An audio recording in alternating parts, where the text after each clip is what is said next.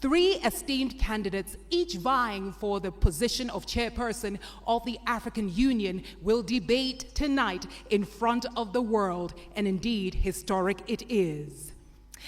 Mesdames et messieurs, Ladies and gentlemen, the Mjadala debate, it is going to last 2 hours and we're going to be live, and we are going to introduce the various candidates for the post of chairmanship, and then we are going to discuss several burning issues on the African continent, and they will be answering several questions that have actually been prepared by an independent panel, so that at the end of the day, you Africans will get to know what the vision of these three candidates are for this continent.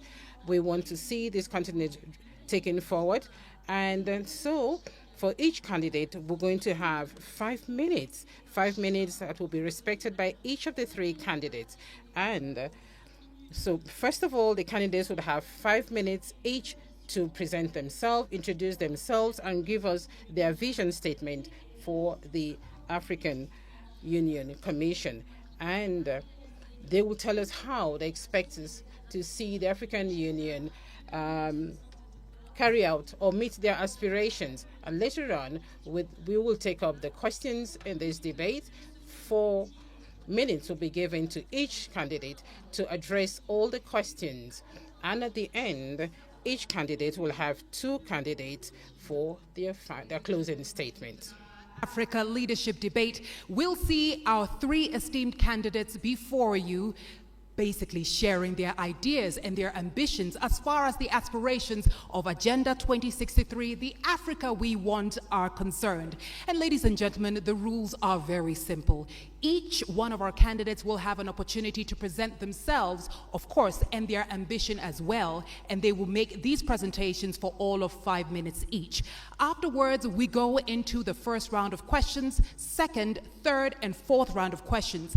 Each candidate has 4 minutes to answer the questions in each of these rounds. And now, ladies and gentlemen, at the end, we have a 2-minute closing remark from each one of our candidates. Now that you understand why you're here and the rules have been set before you, also to mention that the questions you will be hearing tonight, the questions our esteemed candidates will be receiving, are questions created by a completely independent panel in order to promote peace, fairness, and transparency among us all. Ladies and gentlemen, with that established, allow me to welcome to the stage Ambassador Konjit, who is the chair of the African Union's panel of eminent Africans and the host of our gathering here tonight, to share the significance of the election process of the African Union. Ladies and gentlemen, please welcome Ambassador Konjit. Mesdames et messieurs, Ladies and gentlemen, we are now very pleased to call on Her Excellency Ambassador Konjit Sine Georges. She is going to give us her opening remarks.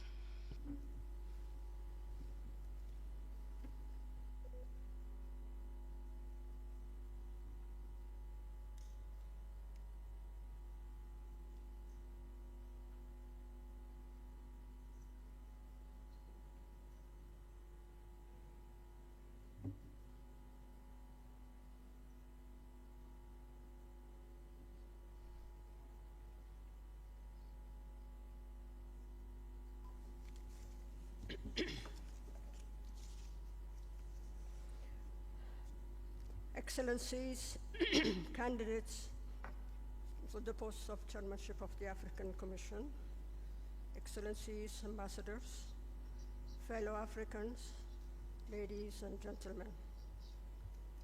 Heartfelt greetings to our live audience here at the African Union Commission in Addis Ababa and all African citizens watching this debate.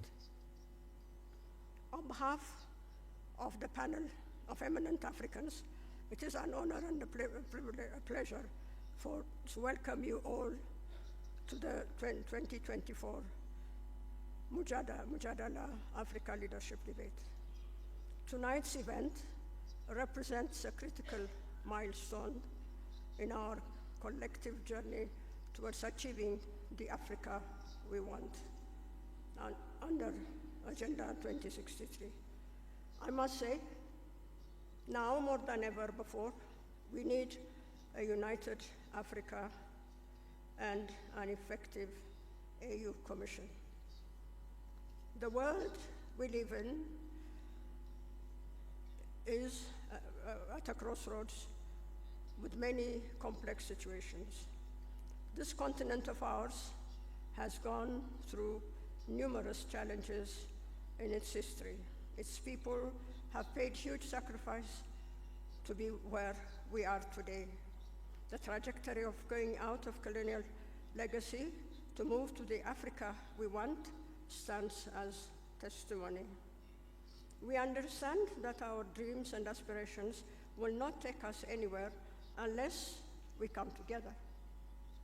I had the immense pleasure as a young cadet of having seen the birth of the organization, the OAU, the Organization of African Unity, and followed its transformation to the African Union. I have seen their highs and lows. But one thing is for sure, if the African Union had not existed, we would have had to invent it. We have a long way to go to reach the Africa we want by 2063. The African Union Commission, our only vehicle to take us to our destination, has to be strong and fit for the purpose. We have to face together our current and future challenges, narrow inequalities, build more just and inclusive societies, resolve conflicts, in short, provide to our citizens what they are expecting. It has become more and more clear that the African Union has a rightful place on the global stage. It has become a partner that can't be easily pushed aside. We are claiming our place where decisions are made regarding our continent. Africa is coming out of age. This evening, the three candidates to the post of the chairpersonship of the African Union Commission are going to participate in a debate. I regret that the fact that our continent couldn't also have a female candidate and place the African Union Commission on the right side of history. This is a serious homework we have to take into consideration. Excellencies, ladies and gentlemen, I have the greatest honor and privilege to thank the general public for participating and for their interest in this process by sending questions. I would also like them to know that the concerns expressed by the public are taken care of in the questions. And now, ladies and gentlemen and excellencies, I have the duty and the honor to hand over to the moderators the questions sealed envelope. Thank you very much for your attention. Merci infiniment. Thank you very much, Excellency Conjit Senior Georges. Dear participants, what we're going to see here, what Madam Conjit Senior Georges is going to do now, is to actually give to us an envelope that contains all the questions that we are going to ask. That is, either Anita or me will be asking the potential candidates who are vying for the position of the chairperson of the African Union Commission. Thank you very much, Your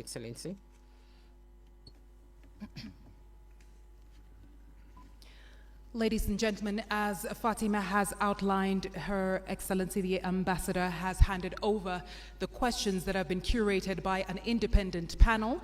As we mentioned, there will be 4 rounds, and here in my hand we have 4 envelopes sealed, and these envelopes will only be opened at the forefront of each one of the rounds.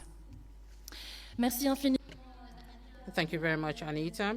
Ladies and gentlemen, at the moment, we are going to introduce the various candidates vying for the position of chairperson of the African Union Commission.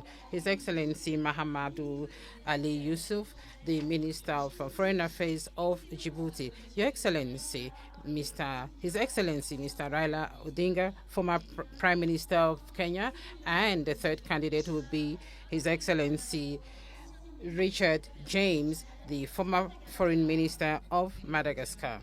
Pride and honor that we invite our 3 esteemed candidates to now take their position on the stage. Ladies and gentlemen, I have the honor of welcoming His Excellency Mahmoud Ali Yusuf, Foreign Affairs Minister, Djibouti.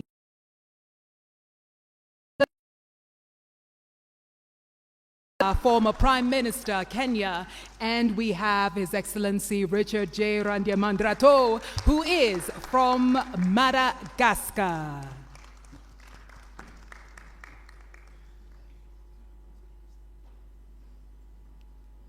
Ladies and gentlemen, with humility, I ask that you give them another round of applause.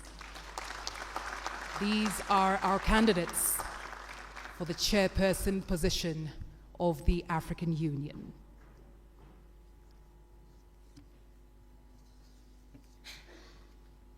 Messieurs, bonsoir. Good evening, honorable gentlemen. You're welcome to this event, and you're all live on this debate. Millions of Africans are watching the Njandala debate, and like we said earlier on, each of you would have 5 minutes to introduce yourself. So we are going to start with you, His Excellency Mahmoud Ali Yusuf of Djibouti. Honorable Raila Odinga, Honorable Richard James, Deputy Chairperson of the African Union Commission, ladies and gentlemen, African citizens, good evening. My name is Mahmoud Ali Yusuf. I am 59 years old. I'm married with 8 children. Minister of Foreign Affairs of Djibouti for the past 20 years. And I am standing before you this evening to give you a brief presentation of my vision for Africa's future. Africa is at a crossroads of its evolution. Of course, it is actually lagging behind other continents in terms of peace and security, integration, and socioeconomic development. But Africa is moving forward. Africa is getting itself organized, and Africa is doing its level best to be on the international stage. The Africa that we want, an integrated, peaceful, and prosperous one, is first the choice of our people before the choice of its leaders. The founding fathers of the OAU in 1963 and to our leaders today who actually established the African Union more than 20 years, all the way down to the average citizen, we are trying to consolidate our diversity and to cement the unity of the continent. As we adopted Agenda 2063 and also the five plans, the African Union actually has a roadmap to achieve its goals. And the African Union is supposed to coordinate and also to implement the decisions of the policy organs. And if I am elected as chairperson of the commission, I am going to make sure that we work together, and we actually have to go beyond the 37% of the work that we have done so far. In terms of peace and security and early warnings, through the Continental Early Warning System, we are going to strengthen the Peace and Security Council, which has to be more proactive, and the member states will also have to be responsible. The panel of the wilds would be given the means to work to continue its mediation work, and I will do my level best to make sure that resources are mobilized to make the African standby force operational, and we can also use the African Peace Fund. And with the relevant bodies, I am going to continue or to carry out the reforms which have not been implemented today.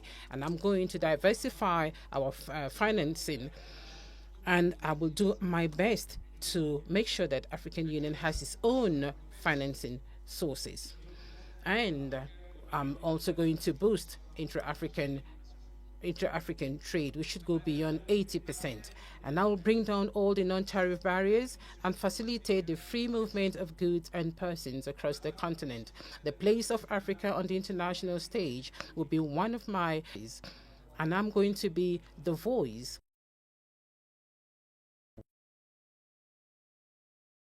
into our women, of course, and the diaspora too, through knowledge, technology, in agriculture, in industry, and in the service sector. The Africa that we want, ladies and gentlemen, is an Africa of peace, integration, and prosperity. And this has to go through the political will and the solidarity of the African people. And thanks to the support of our people. And so as I stand in front of you today and in front of all the millions of Africa, I want to tell you that if I'm given the chance of being the chairperson of this commission, I will do my best to make sure that our continent shines on the international stage. I thank you. Excellency Mahmoud Ali Yusuf. And now, ladies and gentlemen, I would like to invite His Excellency Raila Odinga to share his opening remarks. Your Excellency, you have 5 minutes. Thank you. Your Excellency, Ambassador Konjit, my co-panelist here, His Excellency Mahmoud Ali Yusuf, and His Excellency Mr. Richard, distinguished guests, ladies and gentlemen. Good evening, Africa. Africa, hamjambo, bonsoir, salam alaikum, rahmatullah ta'ala wa barakatuh. Boa noite. I am delighted to have opportunity today to stand before you as the son of Africa. I was born in Kenya, but I'm told that my grandparents came from the Sudan. I am a father of 4, a grandfather of 5, and a husband of 1 that I know of. I am an engineer by profession, and I have been an academic. I have also been a public servant. I've been a member of parliament. I've also been a prime minister and also leader of opposition. In those capacities, I've tried to do my best, and I've gained a lot of experience in terms of management of public affairs. I stand here as an Pan-Africanist and an Afro-optimist. 2 months ago, that is on the 21st of October, this year, we were here in Addis Ababa. We had been invited as members of the families of the founding fathers of the African Union to come and witness the reopening of the Africa Hall. That's the hall where the OAU was launched in 1963.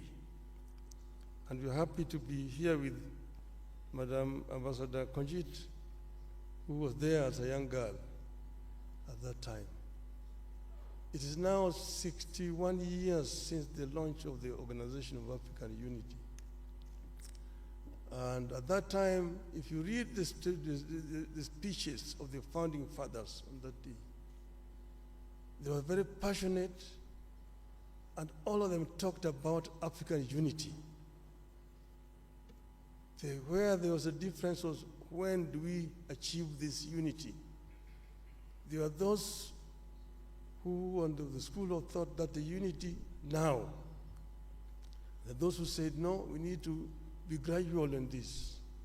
Let us first build the building blocks, the regional unions, which will eventually translate into formation of the African Union as a whole.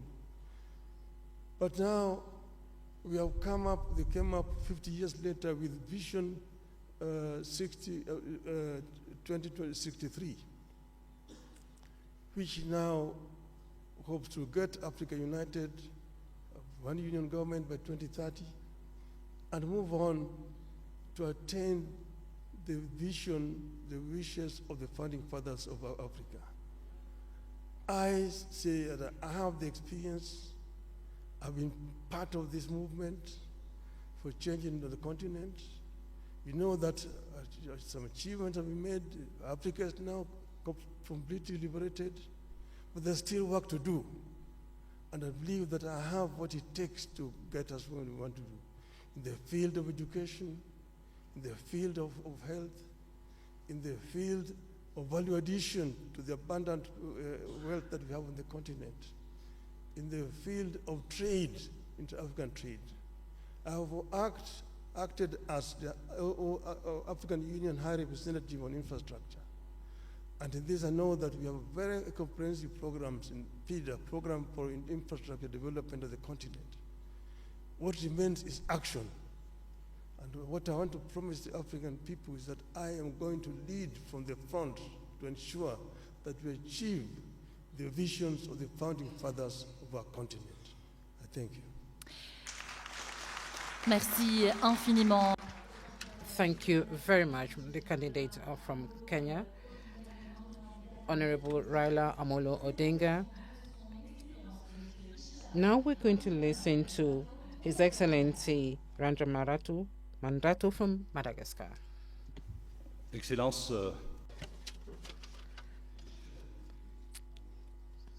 Excellencies, distinguished guests, to this very important event for the African people. As you can see, we are 3 candidates, not 2 candidates, like you see on social media. And we are standing in front of you today to convince you of how serious we are and how seriously we're going to work towards the African Union involvement. So who am I? I am one out of 1.2 billion Africans. Just like you, I started from very humble beginnings, from the very beginning. I was a young consultant. I was a researcher in microfinance sector, and I traveled across many African capitals, about 41 countries in the year 1989. Just like you, it was difficult for me to find a job, but I did find a job which was at the level of my capacity. And just like you, I actually built my career based on my conviction that each African citizen can actually survive. And just like you, today I am standing before you because I believe that I have the confidence and the trust of the president of Madagascar, and I am proud. I am proud that I was actually supported by my country. Just like you, I've actually come a long way, and I have actually gotten to this level where I have the trust of my government. I was Minister of the Economy in my country because that is my specialty. I was also Minister of Foreign Affairs, and I'm here today standing before you to talk about Africa.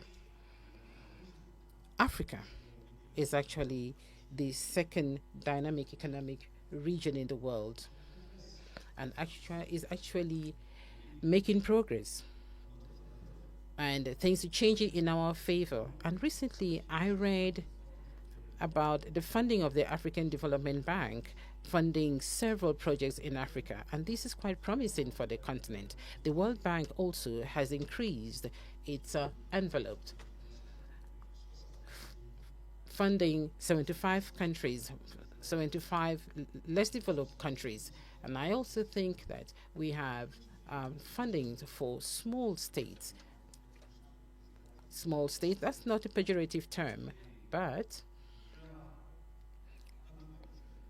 there is an idea that I want to share with you. Africa is moving, first of all, the states that are actually seeing a 3.4% economic growth per year, but I think we should do more than that. And then we have our own house. Here we are, the African Union, which is our home. And what I have noticed is that there is an Africa which is actually moving forward, which is a dynamic Africa, and then there is the African Union, which doesn't really have the capacity for it to move forward. I am here before you today because I think it is indispensable and it is a must that those who want to have the quality, competence, conviction, of course, today, I think that I have those qualities, and I hope that I've been able to convince you. Thank you very much. Very much, Your Excellency Richard Randyamandreto from Madagascar. And now, ladies and gentlemen, this officially brings us to the beginning of our debate, where we move into the first round of questions. But before then, allow us to reiterate the rules and the guidelines for you, our esteemed candidates. You each have 4 minutes to answer the questions that will be posed, and you will each answer the absolute same question. Your Excellencies, with respect and humility, if you surpass the 4-minute mark, myself or my colleague will have to interrupt your response. And this eventually brings us to this moment, ladies and gentlemen, where my colleague and I will open the envelope for the first round of questions. Thank you, Anita. Merci. Thank you very much, Anita, and thank you very much to our candidates who have just introduced themselves to yourselves, members of this public. As my sister has just reminded us, we are going to open, ladies and gentlemen, the first round of questions. We are going to remind all of us that the questions were drafted in English and in French. They were drafted by an independent panel. The envelopes were handed over to us a few minutes ago by Her Excellency Madam Konjit Sine Georges. And immediately with Anita, we're going to select an envelope. Anita, you're going to ask the first question.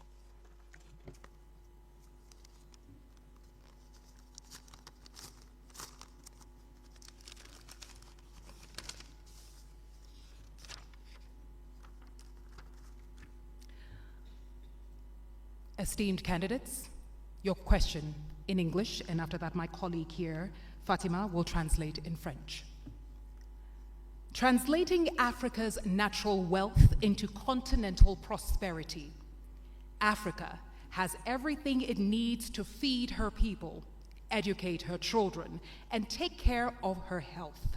Yet, the reality defies this. How will you turn the continent's resource wealth into tangible benefits, reducing debt, ensuring sustainable financing for the African Union, and enabling Africa to control its destiny economically? Also, how will you ensure that the African Continental Free Trade Area achieves its goals?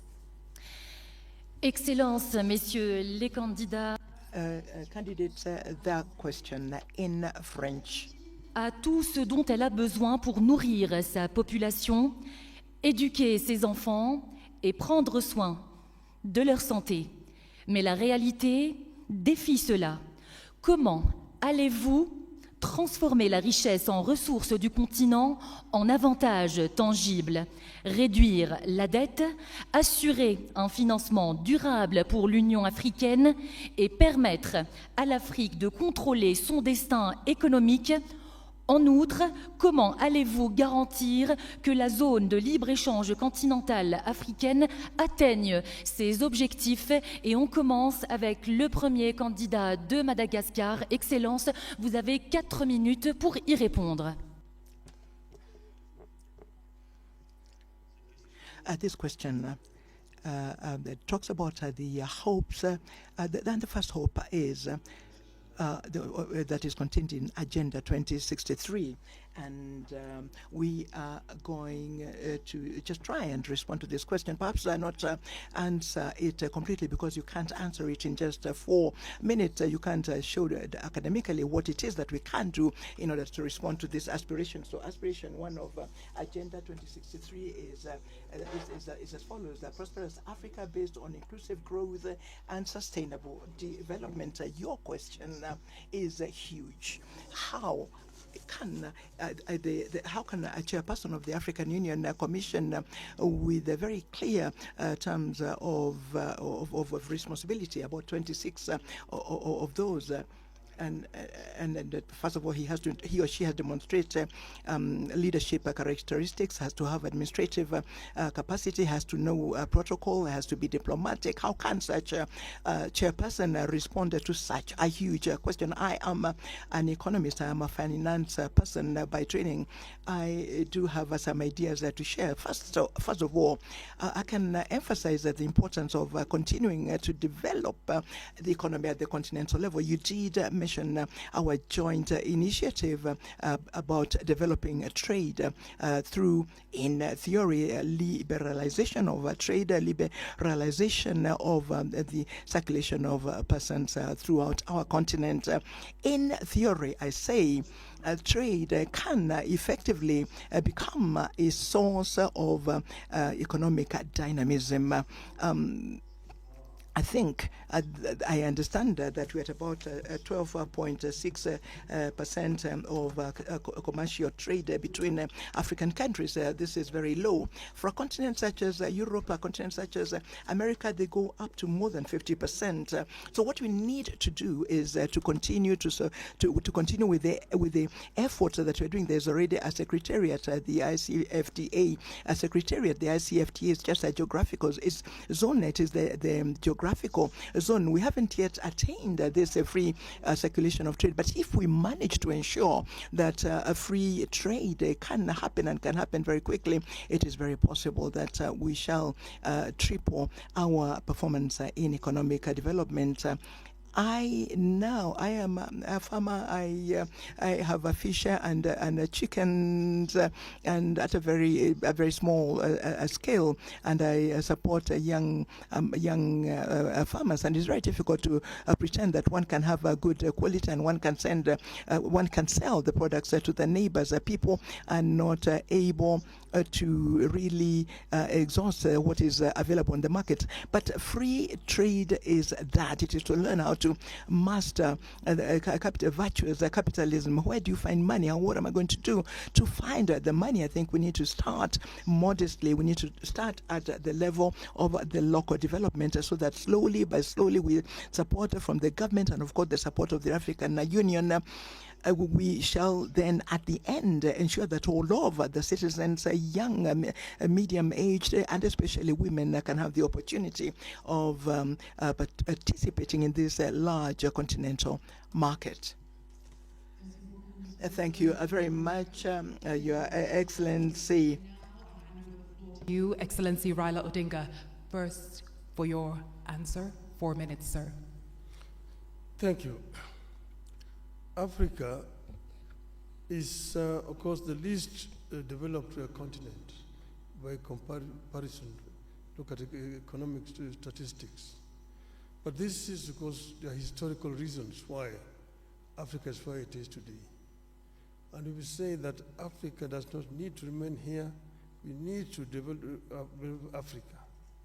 There are several factors which work against Africa. For example, the international financial infrastructure has worked very much against Africa, because African countries have been made to borrow money at a very high rate of interest compared to other countries of the same status as the African countries. So we need to address the issue of rearranging the international financial infrastructure. That is, I think, one of the major starting points. Now, Africa is the richest continent on the planet Earth in terms of raw materials. But it's a paradox that Africa also is the poorest in terms of living conditions. We say that we need not remain for perpetually the source of raw materials for industrial west or east, that we need to do value addition to raw materials which are coming out of Africa before we export them. And then we've also said that Africa needs to trade more with itself. There's big potential.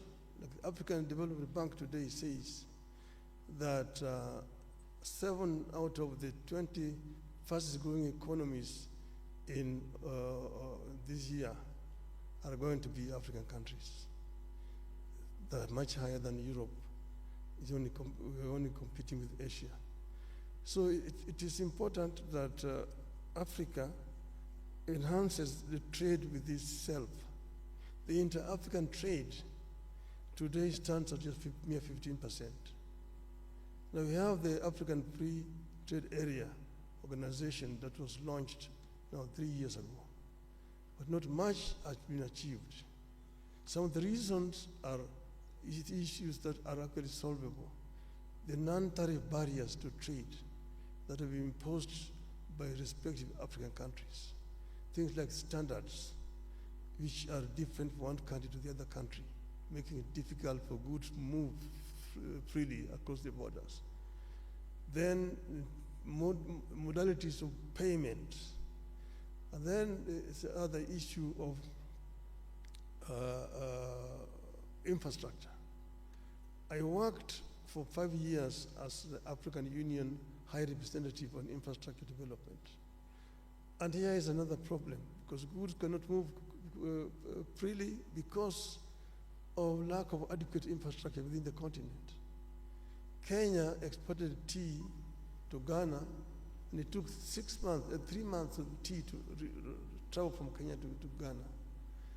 We have major infrastructure projects, the high-speed continental railway, the inter-African highways, Cape to Cairo, Tunis to Cape, Dakar to Djibouti, Dakar, Lagos, Mombasa, and so on and so forth. All these need to be developed. Energy is another factor. Energy is too expensive, but we can reduce the cost of energy and go green in the continent. Thank you so much, Excellency. Candidate from Kenya, et à présent, mesdames et messieurs. And now, ladies and gentlemen, the response from His Excellency, the candidate from Djibouti. When you talk about the riches of Africa, we often think about natural resources, and the riches of Africa begins with its people. We have 1.4 billion inhabitants on the continent, and more than 60% of this population is young between 0 and 25 years. The first wealth of this continent is in its people. We must have the capacity to think about how we can ensure that these people, this population, can benefit not only from the existing wealth, but also add value to that wealth.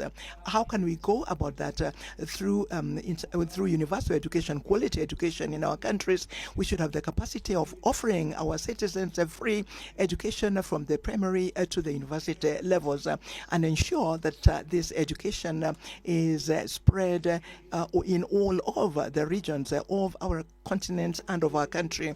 We must remove the obstacles to education. The feminine population represents 50.2%. There are still cultural obstacles. There are obstacles to the education of girls. We must concentrate on valorizing our human resources. And then we have fertile land. What are we doing with this fertile land? We are still in many countries using very archaic agriculture. It is time to begin to develop an agriculture that I would call modern. It does exist in many countries. Look, for example, at a country such as Rwanda, tea and coffee are actually, there's value added locally. Countries such as Ghana, countries such as Cote d'Ivoire, cocoa is transformed locally.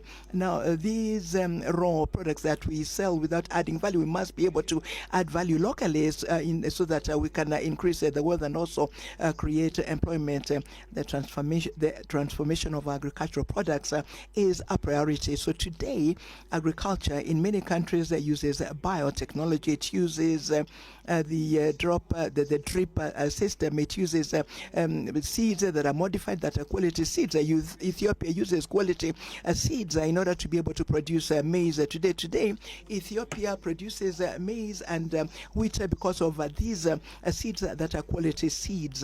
It is important to think about transforming agricultural product in place that will ensure that the people can get out of food insecurity, ensure that there is a specialized agriculture. There has to be areas of specialized agriculture, and that, I would say, is one of the steps that will lead to ensuring that this world there can be at the benefit of the population. And then we come to natural resources.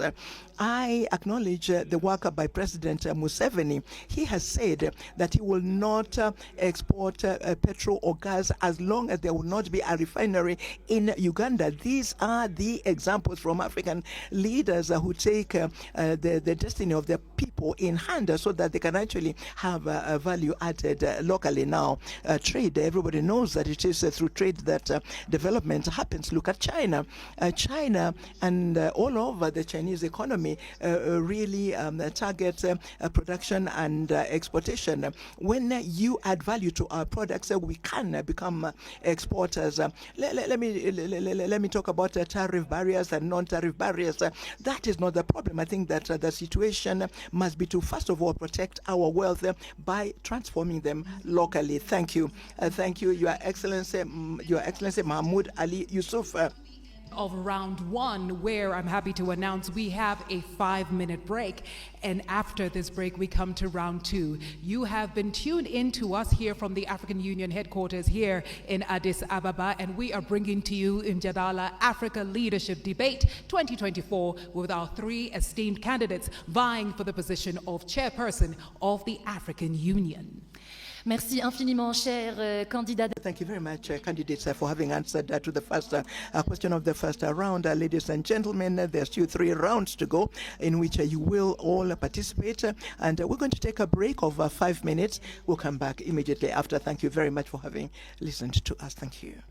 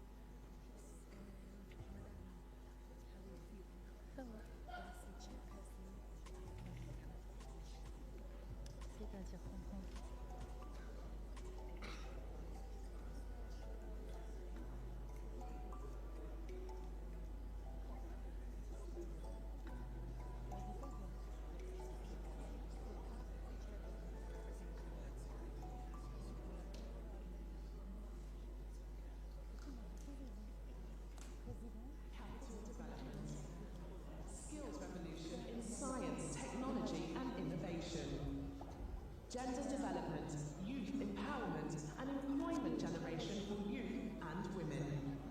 Social security and protection for all people, and infrastructural development. Good governance supported by capable institutions. Industrialization. Promotion of culture, arts and sports. Peace and security. Ok. Maintenant, Let us unite to build the Africa we want. Visit www.au.int to learn more about Agenda 2063.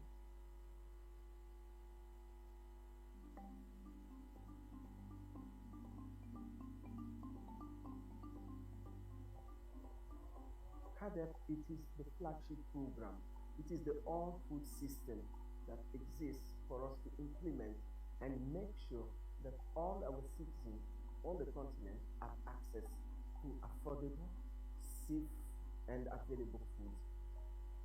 It is difficult to talk about agricultural transformation when we have to rely extensively on extremely subsistence kind of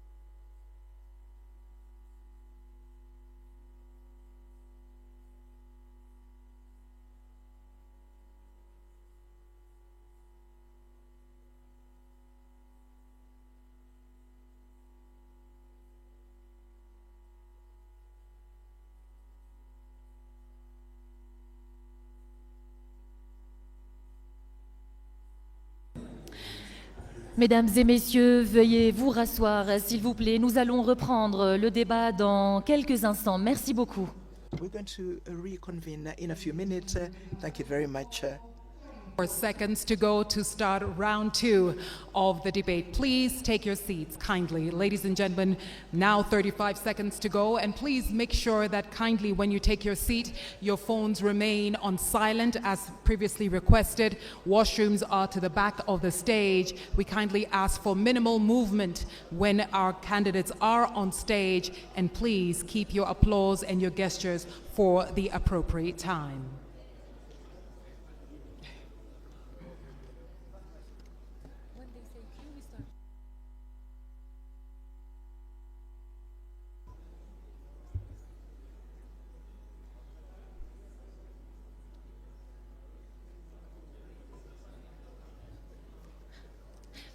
Mesdames et messieurs, bienvenue encore une fois parmi nous. Ladies and gentlemen, welcome yet once again to Mjadala Africa debate direct from the African Union headquarters in Addis Ababa. We're very happy to work with you this afternoon as moderators of this debate. For those who have just joined us, I'd like to remind you that just a few minutes ago we listened to answers to the first round of questions with their excellencies, Mr. Mahmoud Ali Yusuf, the Minister of Foreign Affairs of Djibouti, His Excellency Raila Amolo Odinga, former Prime Minister of Kenya, and finally Honorable Richard Randriamandrato, former Minister of Foreign Affairs of Madagascar.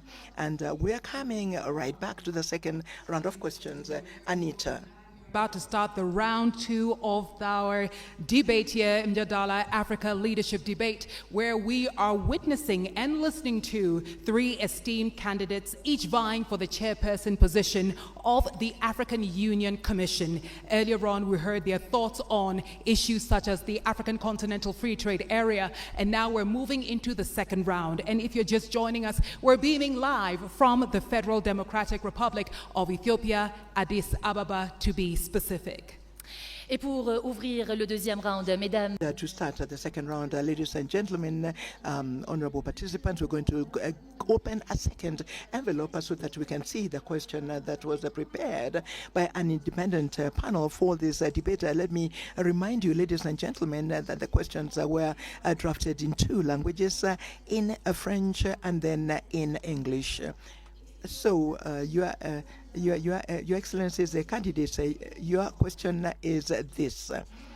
In spite of the hopes of the African Union to silence the arms between now and 2030, the conflicts continue to take place. How would you go about proposing African solutions so that you can ensure that there is a prevention, management, and a resolution that are effective and sustainable of conflicts? And how would you accelerate the advance of Africa towards a permanent seat in the United Nations Security Council? That's your question.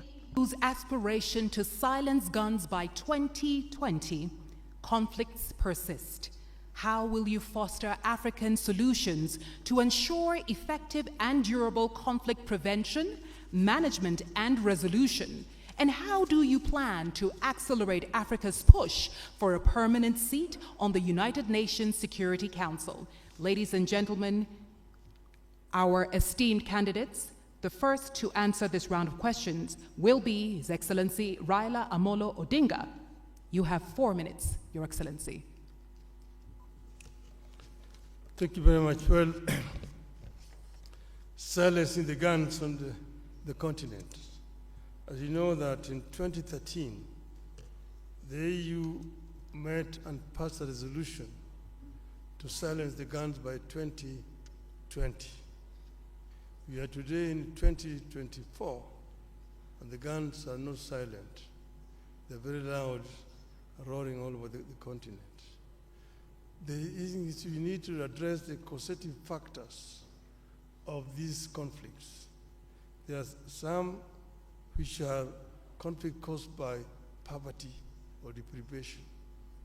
Some of them by conflict within the society, again, things like ethnicity and so on. Some of them are externally influenced or promoted. Some are religious and so on. So there's not a common factor. But what you need to do is to address the causative factors which could translate into these conflicts throughout the continent.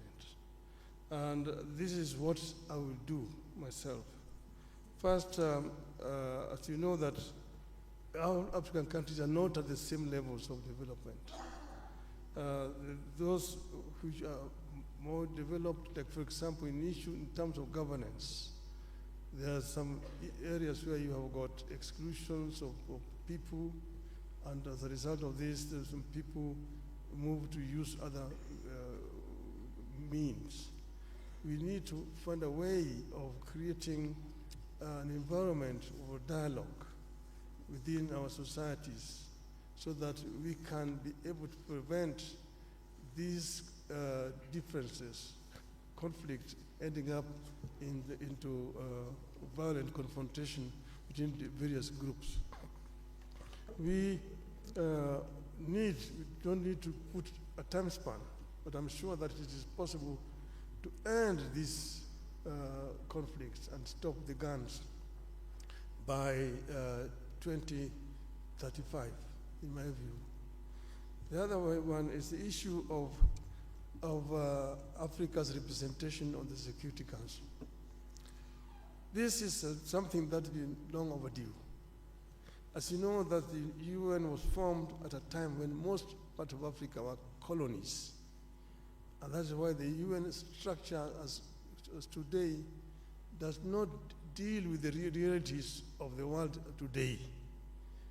And the situation where you have 5 countries sitting in the Security Council with veto powers, and Africa is not represented, a continent with 1.4 billion people, is not tenable and it's not accessible. And that's why I'm not going to talk about Africa's representation, but we're going to insist that Africa must get 2 permanent seats the UN Security Council.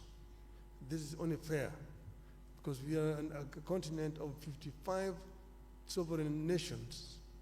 We cannot be excluded when Europe has got 3 permanent representations on the Security Council. Permanent representation with the veto powers is a must for Africa. And this I'm going to insist when I'm elected.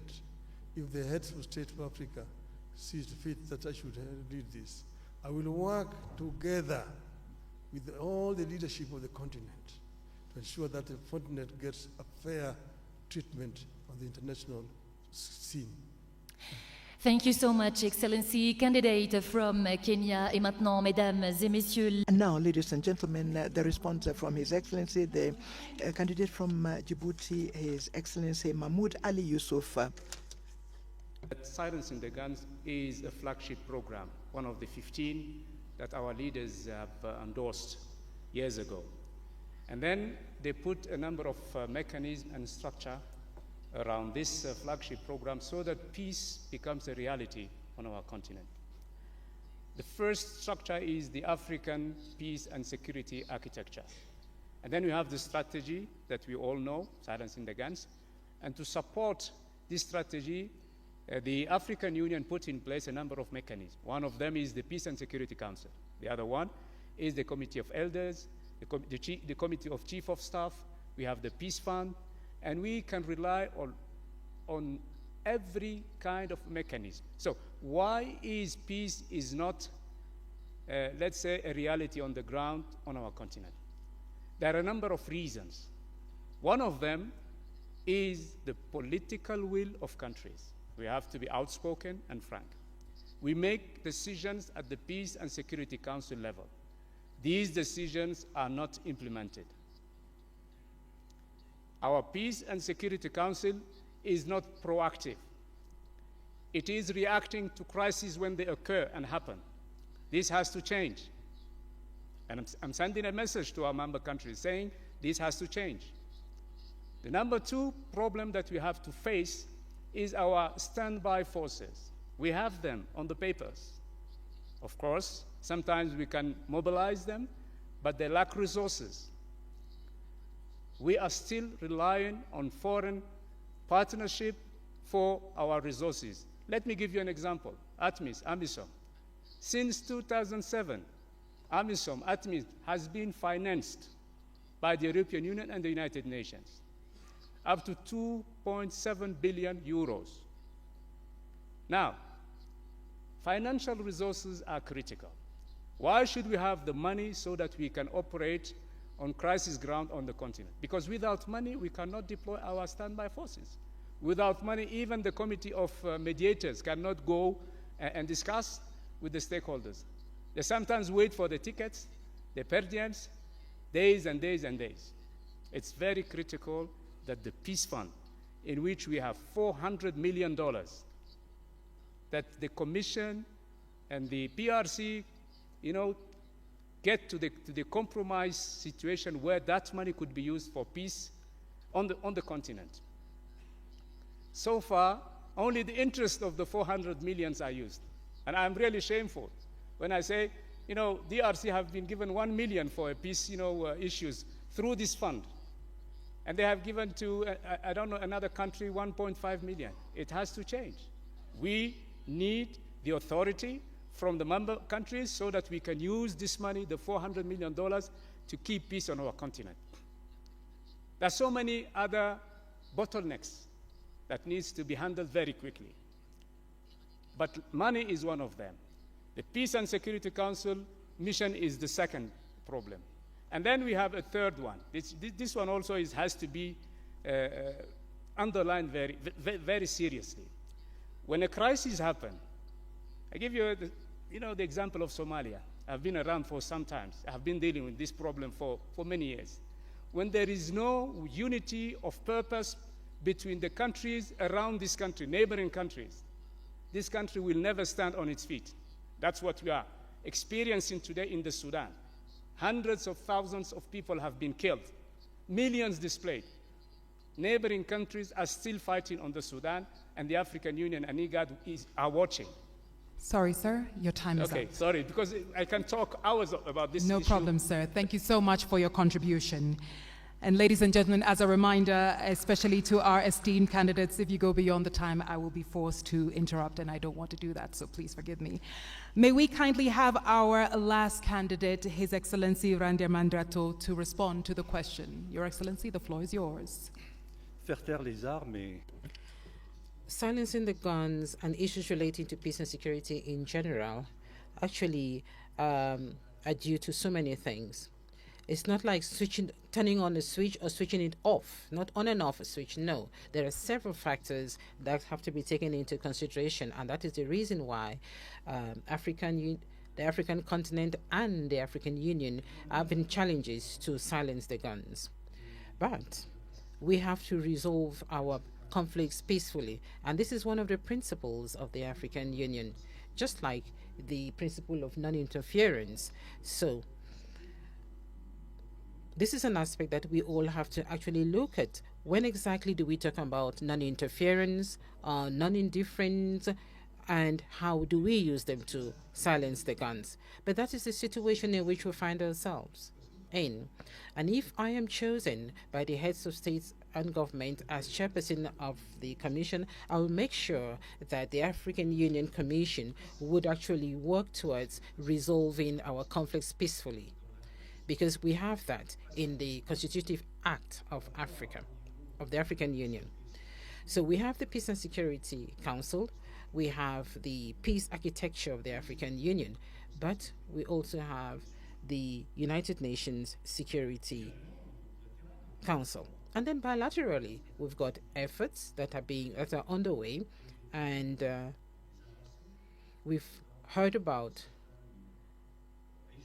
progress in some areas, in some regions where we have long-standing conflicts. And then we also have the opportunity of ensuring that there is solidarity with the United Nations, the African Union and the United Nations. This is a framework that could actually enable us to sit down with the international community and talk about crises in Africa. Why should we only talk about the crisis in Ukraine? Why not talk about the crisis in Sudan and crises in other African countries? So we are talking about financing peace missions, but there is also a program that actually wants to see the program of the United Nations, that is the SDGs, aligned with Agenda 2063. And then we also have the 10-year plan of our public institutions in charge of working at a national level, but we are talking about the justice systems in our respective countries. Now, concerning the 2 permanent seats on the United Nations Security Council, I think here in Africa, we all know the importance and the urgency of having these 2 seats. And we have to seize this opportunity because we are actually at the end of 2024. And so we have to act very fast in 2025. And this should be the mantra of the African Union in 2025. And so, of course, we have to make sure that we can actually speak with one voice on the choice of who will represent Africa on the United Nations Security Council. It's not going to be easy. It will be up to the heads of states to decide who will be the continent's representative. And now we'll conclude to say that, like this morning, I read in the newspapers the problem between Ethiopia and Somalia, and this was being resolved by Turkey. The mediator is Turkey. Let us be responsible. Let us be serious. The African Union should be that person doing the mediation. Thank you. Thank you very much. Thank you very much, candidate from Madagascar. Ladies and gentlemen, this is the end of our second round. And without any transition, we are going to step into the third round, and we are going to discover the question. Anita, you have the floor. Now, ladies and gentlemen, we move into the third round. Once again, if you're just joining us, these questions have been formulated by an independent panel, and the questions will be open and seen only at the beginning of the round, as I'm doing right now. Esteemed candidates, On the topic of reviving Pan-Africanism and countering external influence, Pan-Africanism is declining, and external powers and internal divisions challenge Africa's integration efforts. What specific steps will you take to rekindle the spirit of Pan-Africanism, counter big power politics on the continent, mobilize African countries behind a common integration agenda, ensure resource self-reliance, and position regional economic communities at the center of this process? Cher candidat, Distinguished candidates, your question is as follows in French. l'africanisme est en déclin et les puissances extérieures et les divisions internes remettent en cause les efforts d'intégration en Afrique. Quelles mesures spécifiques comptez-vous prendre pour raviver l'esprit du panafricanisme contre la politique des grandes puissances sur le continent, mobiliser les pays africains derrière un programme d'intégration commun, assurer l'autonomie en matière de ressources et positionner également les communautés économiques régionales au centre de ce processus? Et nous allons commencer tout de suite avec le candidat. And we will start with the candidate of Djibouti to provide his answer. You have 4 minutes. First and foremost, we have to understand that we are living in a world which is multipolarized world. This is a world that is actually multipolarized, and this world would not provide space for a continent or countries that do not have the right economies, the military strength, the capacity that is required, and mostly that continent or country that is not on the world stage. This is a reality. So what can we do? What should we do? I think it is very important that the Global South should actually take action. And in the Global South, it is Africa that actually has to stand out. And how is Africa going to stand out? If we do not represent much in terms of global trade, you cannot actually sit around a table where decisions are being taken for the destiny of the world.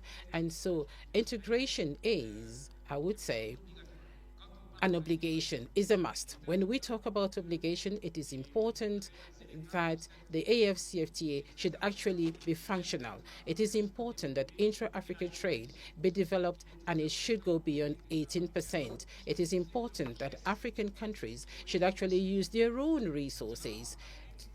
And so Africa has now a seat on the G20 table. We want to congratulate South Africa for chairing the G20 next year. And so it is important that the African Union Commission should be working hand in hand with the African Union to actually make sure that Agenda 2063 is a priority item on the agenda of Agenda 2063 of the G20.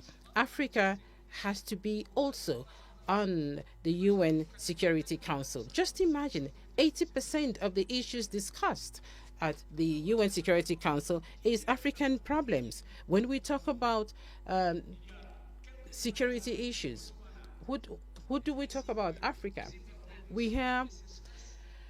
When we talk about food insecurity, we also hear Africa, Zimbabwe, Botswana, Ethiopia, Kenya, Somalia. They have actually been victims of natural disasters, but we are not the ones polluting the world. So the African Union should also be fully involved in the COP discussions.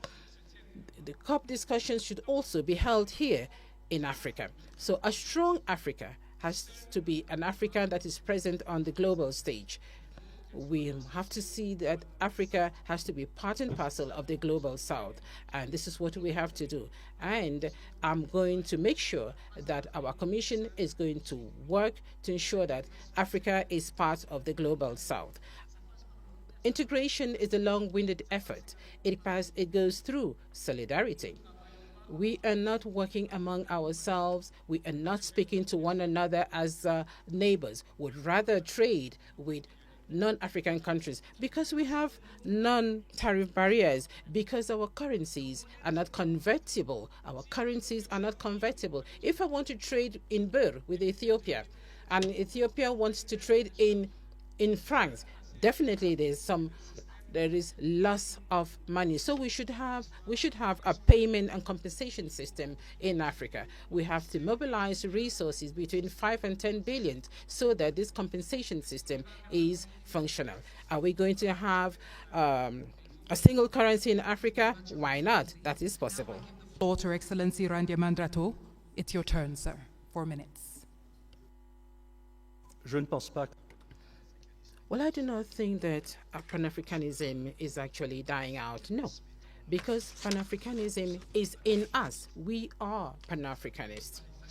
You cannot erase the history of this continent, the history which also includes the efforts of our diaspora. So Pan-Africanism is really not dying in Africa. It is true that we all have a huge responsibility. The current generation that we have to work to make sure that the future generation should not forget what our founding fathers actually had in mind when they were establishing the OAU, so that all those who are in Africa should continue to live the same dream the same dream. We inherited this continent from our founding fathers, and we have the Africa that we want. The Africa that we see is the Africa where we live in, and the Africa that we want is the Africa that we want to prepare and which we must prepare. And so there is a clear difference between the Africa in which we are and the African Union, which is our own home, the common house. And if the African Union Commission does not put in the right resources, the human resources and the financial resources, even the diplomats and the military, we will not get to where we want to be. And so I am of the opinion that it all depends on the will of the people to go beyond the challenges that we face today. We all know the problems of our African Union today. There are certain aspects that do not meet the expectations of the people. For example, the SACA audit that was prepared by experts proposing reforms that have to be undertaken. We also have reforms that were undertaken in 2016. So we need to undertake those reforms to ensure that the African Union can actually rise to the challenges. The regional economic communities also have a role to play.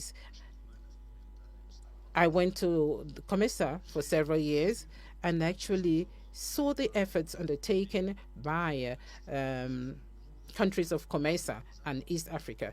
And we see Tunisia, Egypt, in COMESA as well.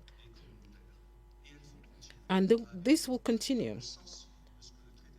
We have the Abuja Treaty actually defined gradual integration at the regional level and then continental level. And I know we will get there. And I am going to work with the members of the next commission so that together we can actually make all of this easy. And lastly, I think we should also bear in mind, we should also think about the military bases, the foreign military bases in Africa, in African countries. Some countries have already started to take their own destiny in their hands in terms of their security. We should be brave enough, we should actually have that courage to make sure that we can actually stand out there as adults that can actually take their destiny in their own hands. Foreign military bases in Africa, we do hope that in a few years' time, those military bases will be a thing of the past, because these military bases are actually a source of conflict. Thank you. Thank you very much, Excellency Randia Mandrato, candidate of Madagascar.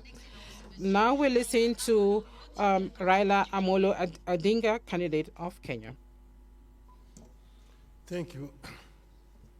Well, I mentioned earlier on about the inter-African trade. which today stands just at 15%. Inter-European trade, on the other hand, stands at 70%. Inter-Asian trade stands at 60%. Africa trades more with the external world than with itself, wasting a lot of resources. Now, how did Europeans come from behind and leapfrog and overtake Africa? That is something that we need to ask ourselves.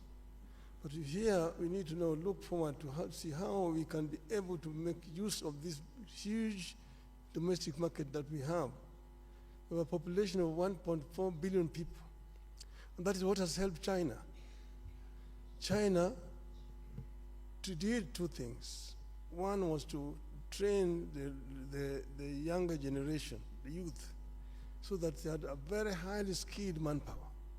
And when they liberalized their economy, the manufacturing unit in the West rushed to China.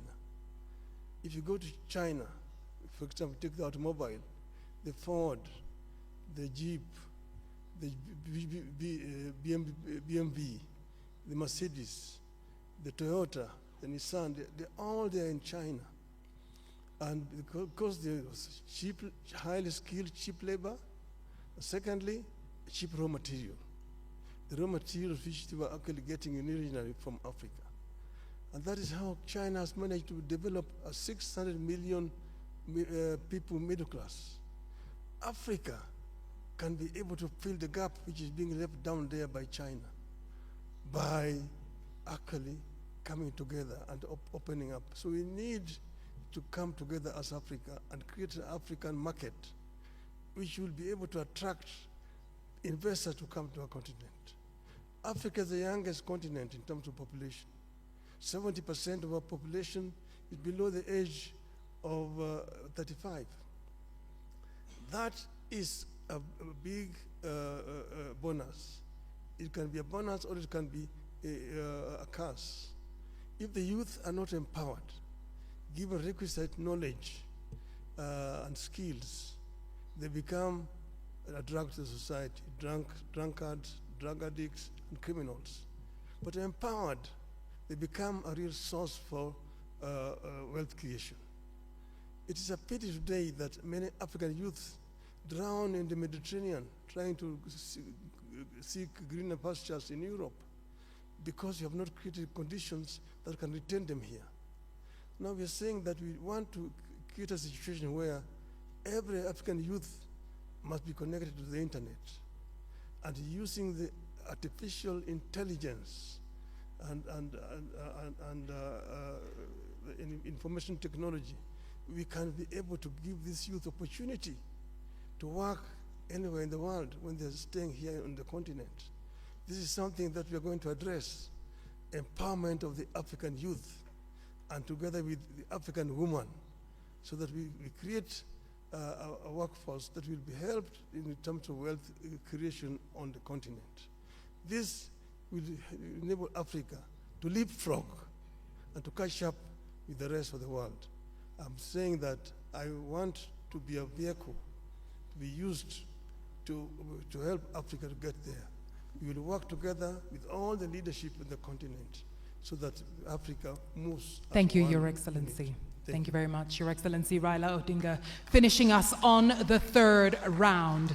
And now we move into the fourth and final round, and I give my sister the opportunity to open the envelope and tell us what the first or the last question rather is. And ladies and gentlemen, as a form of a reminder, after this we have a quick break, and after the break each of our esteemed candidates will have 2 minutes to share their closing remarks. Fatima? Dear candidates, your question is this one. The implementation of the key reforms at the African Union that were decided by the Assembly of Heads of State and Government has come to a standstill, and which has a negative impact on the structural stability and the financial viability of the Union, and also on the lack of the African Union to have an impact. Were you to become the chairperson, what new approach approaches would you adopt to reinvigorate the implementation of these reforms, rationalize the programs of the African Union, and strengthen its effectiveness in the long term?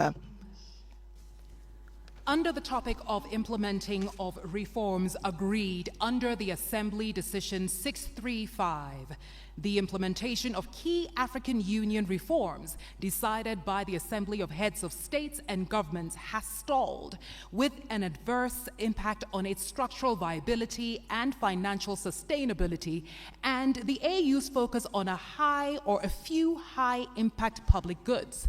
If you become chairperson, what new approaches will you introduce to reinvigorate the implementation of these reforms, streamline the AU's agenda, and strengthen its long-term effectiveness? Et j'invite à présent le candidat. I'd like to invite the candidate from Madagascar to respond first. First of all, we have to begin by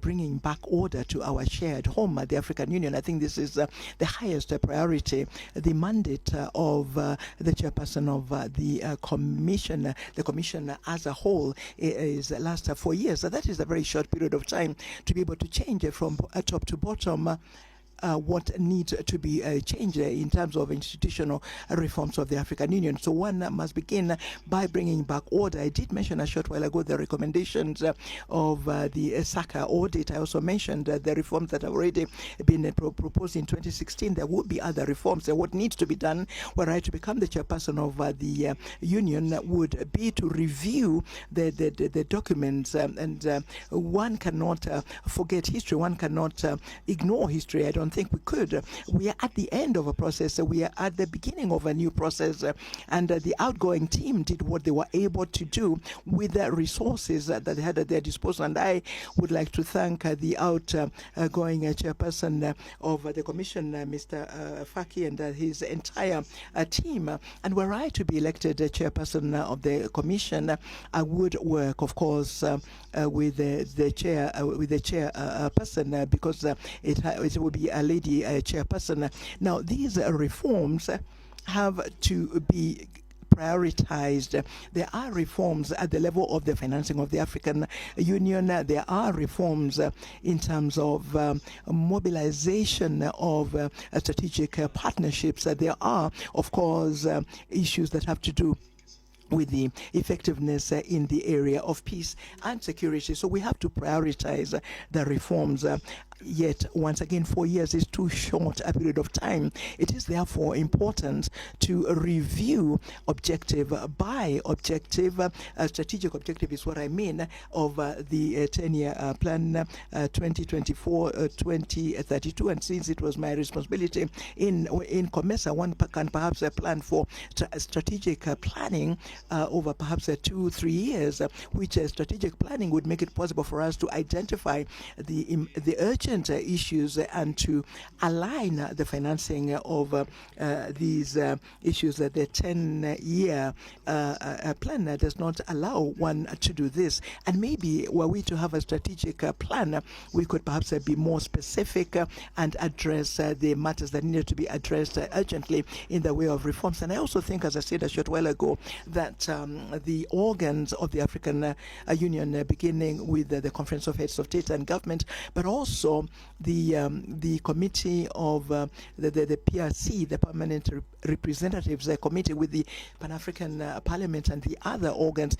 all the organs of the African Union should agree on the speed they should work at, so that at the end of the day, the reforms become visible, become tangible, and that the citizens of the continent can appreciate the effectiveness of a new of the new African Union led by a new team. Thank you. And now I yield the microphone to you, Excellency Raila Odinga. 4 minutes, sir. Well, we know where we are as African Union, and that's why the heads of state came up with that committee on reforms, which was headed by former president, current Rwanda President Kagame. The chairmanship has now been passed over to Honorable William Ruto, President of Kenya. I have had long discussions with President Kagame when he was chairing that committee, because I was working as a high representative of the AU on issues of infrastructure. And I know the kind of frustrations that you feel working that way.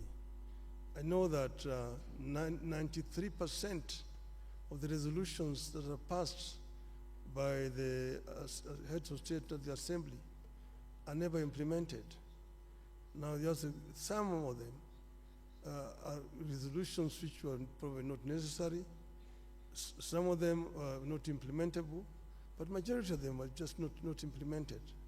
Some have to do with the structure and management of the AU at the headquarters. I'm not trying to pass any judgment here because I know that Mr. Paki has worked very hard to try to make the organization move forward. The other one has been the issue of funding, which has been a major challenge, and look at other alternative sources of funding. When I was there as high rep on infrastructure development, we came up with a proposal to set up an infrastructure fund for Africa, and using the African resources, because many of African countries have got a lot of money in sovereign funds, from which the AU can actually borrow without having to pay so much high interest. And this will help AU actually to spearhead the process of constructing some of these infrastructures. I mentioned the Trans-African Railway Network, Lagos to Cairo, the high speed. Then you have got Beira in Mozambique to Lobito in Angola and Walvis Bay in Namibia. Then you have got the Lapset, which will come from Lamu in Kenya, running through South Sudan, Central Africa to Caribbean Cameroon, to create a land bridge that opens the interior of Africa and gives these landlocked countries in the continent access to the sea. So some of these are possible, but we need to think out of the box and ensure that most of these reforms which are being proposed are implemented. We were talking about energy, which is a very major issue. And we have got the Grand Inga in the Congo, which can actually power the entire continent with power pools, southern power pool, eastern power pool, central, western, and northern power pool. That will help us to lower the cost of energy in the continent. That would be a revolutionary change on the continent. Then you've got the connectivity, fiber optic connectivity, open skies, opening up the skies for movement of people, and then visas. To do with visas are a big issue. Many African businessmen cannot travel across the continent because they don't have visas. Excellency, I'm really sorry to interrupt you. Les 4 minutes se sont écoulées. Nous allons maintenant suivre. We are going now to listen to the response from the last candidate for this round, the candidate from Djibouti. Let me start by paying tribute to our heads of states who have endorsed those reforms in 2017. And then the champion for those reforms was His Excellency President Kagame, and he passed the responsibility to President Ruto. Now, there are a number of reforms that have already been implemented. We have to recognize that. The size of the commission, we had 10 commissioners, chairperson, deputy chairperson, and 8 commissioners, and it has been reduced. We have what we call a golden rule in terms of managing the staff and the personnel. I'm still waiting for the SACA program to be implemented. I hope that this hot potato will not wait for us, one of us, when we'll be elected. But I hope that the SACA process will be implemented. It is about the personnel, the staff. We have moved from a lot of short contract employees to permanent contract That's very important. If you want to create loyalty, you want to create the ownership within your staff and personnel, you have to make them happy. They need to have a permanent contract, and it is in the SACA program. Now, the biggest bottleneck of the reforms is the financing. Our heads of state said we will pay 0.2% of eligible import to the Commission. Only 17 countries, 17, are applying and abiding by that rule. It has to change. I'm not going to impose that on our leaders. It's not my intention, but I will advocate for it. It's very important to have, that particular issue of mobilizing and fostering financing be resolved immediately. Then, our experts, there is a unit in the African Union Commission called the Reform Unit, led by Mr. Makoko, a very able African expert. But there are so many reforms that have not been implemented. One of them is PAP, the Pan-African Parliament. It's still a consultative organ. When is the Pan-African Parliament will become a legislative organ? They have passed in 2014 a protocol. Only 15 countries ratified that protocol. And this is one of the major reforms that we have to implement. Then we have on the judicial sector, the Court of Justice, the Commission of Human Rights. Sometimes they are fighting on issues. The Court of Justice do not open its doors to nationals, to African citizens, to NGOs. They are complaining. I am hearing complaints about the African citizens with regard to the Court of Justice. And then they are fighting who is doing what, the Commission of Human Rights. These reforms have to be implemented. And the Bureau of Liaison, a liaison bureau, we have so many on the continent. That's double use of those bureaus. Time is running, time is flying. So we have to rationalize. How can you imagine that you have 3 bureaus in the same region? And we're saying we should have the golden rules for management. And whenever we want to touch one of the bureaus, it's a political matter. It's useless, but it is a political matter. The country that is hosting the bureau is saying, you won't touch it. It has to change. It needs leadership. It needs understanding, negotiation, but it has to change. If we want to change things, we have to be frank and outspoken. We have to be, really tough when it comes to be tough, and lean when it comes to we have to do it. We have to do it. Yes, sir, your time is up. And now, ladies and gentlemen, that brings us to the end of round 4. If you are just joining us, we've had 4 rounds, and each of them has touched on a thematic area. And now we will go for a quick break. When we come back, the candidates each have 2 minutes to share their closing remarks. Mesdames et messieurs, nous remercions bien. Ladies and gentlemen, we'd like to thank our dear candidates for having responded to the last question of the 4th round of this Mjadala Africa Leadership Debate of the African Union. Thank you very much for staying with us. We'll come back in a few minutes. We're going to take another short break. And after the break, each candidate will have 2 minutes to make their closing remarks. See you in a short while.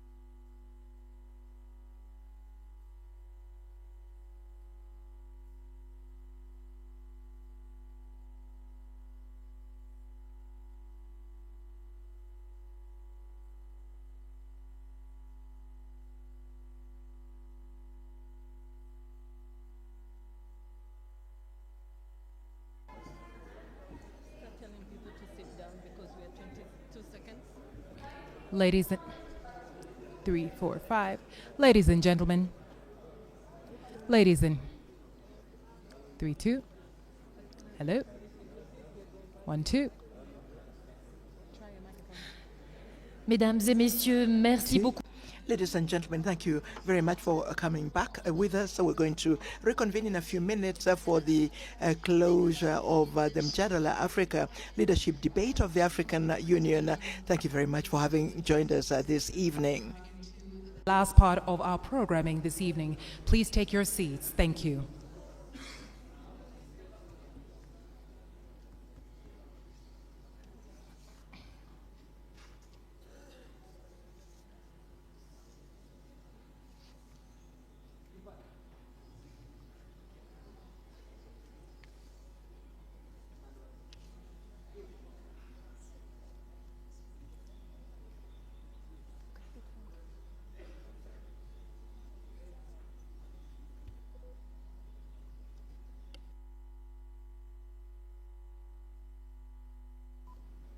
May we assemble all our candidates, please.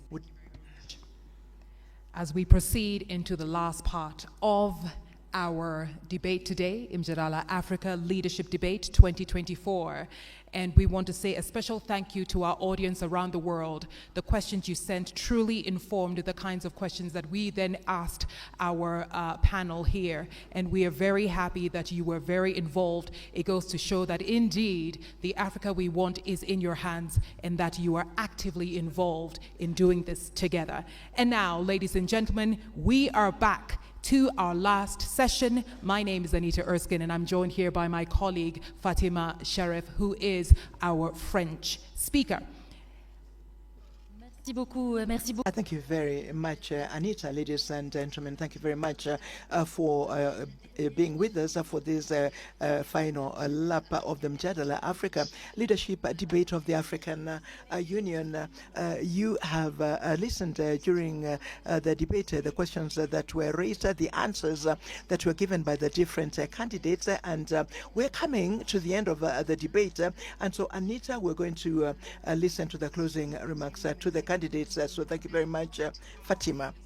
Candidates, you each have 2 minutes to share your closing remarks, or better still, your last words. We will start this round with His Excellency Raila Odinga.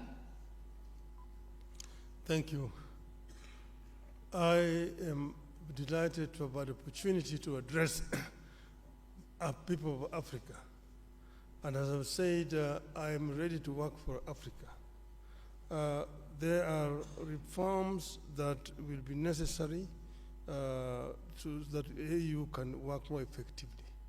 One of these reforms will be financial reforms, so that we are able to bring in the African private sector into the funding.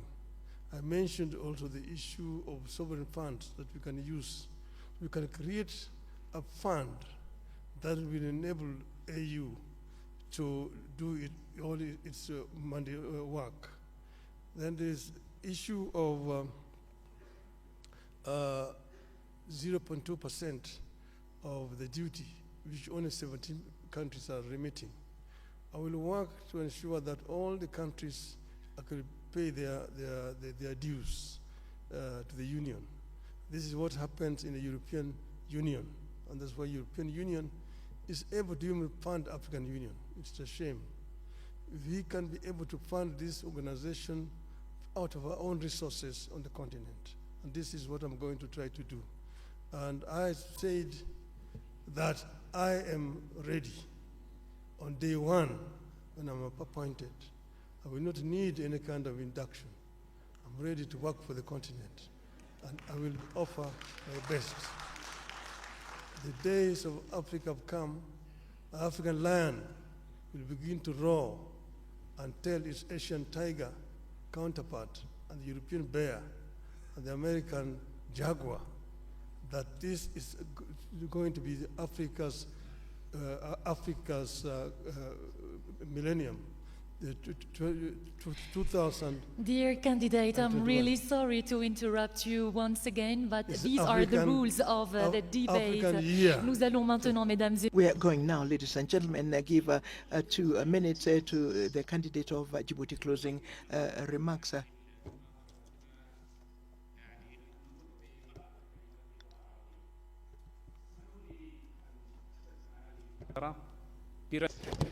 Thank you so much, and let me speak in Arabic. I would like to say that if I will be elected as the chair of the African Union Commission, I will be up to your aspirations and I will defend the interest of our continent, and I will work diligently to defend our continent, and with the full modesty, I think that I deserve it. Je souhaite à nos pays, à nos peuples africains. So I wish for our African people, our countries, a very happy 2025. Tonight, I wish to all African nations and citizens all the best. Thank you for your support. Thank you very much, Your Excellency. And now, 2 minutes for you, His Excellency Richard J. Randemandrato. En 2025, In 2025, there will be a new team that will be leading for 4 years.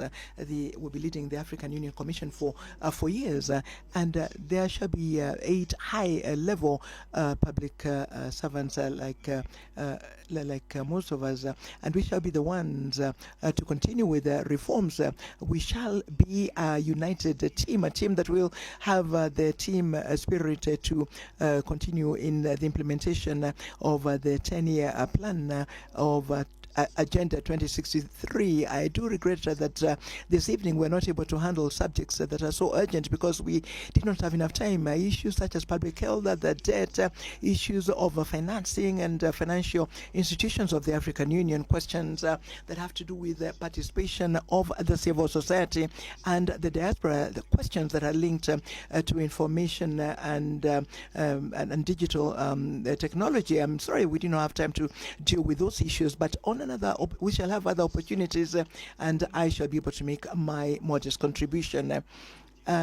Like in public sport, there have to be players, and there have to be those who choose, who select the players, those who select the heads of state. It is up to them to select the team that will lead the African Union Commission for their need. We need a leader. Men and women need a leader, and I hope that in 2025, the wisdom of heads of state and government will balance the team that will win, so that the Africa that we want can continue to win the battle for sustainable development. Thank you. Thank you very much for these closing remarks that have been made by the different candidates.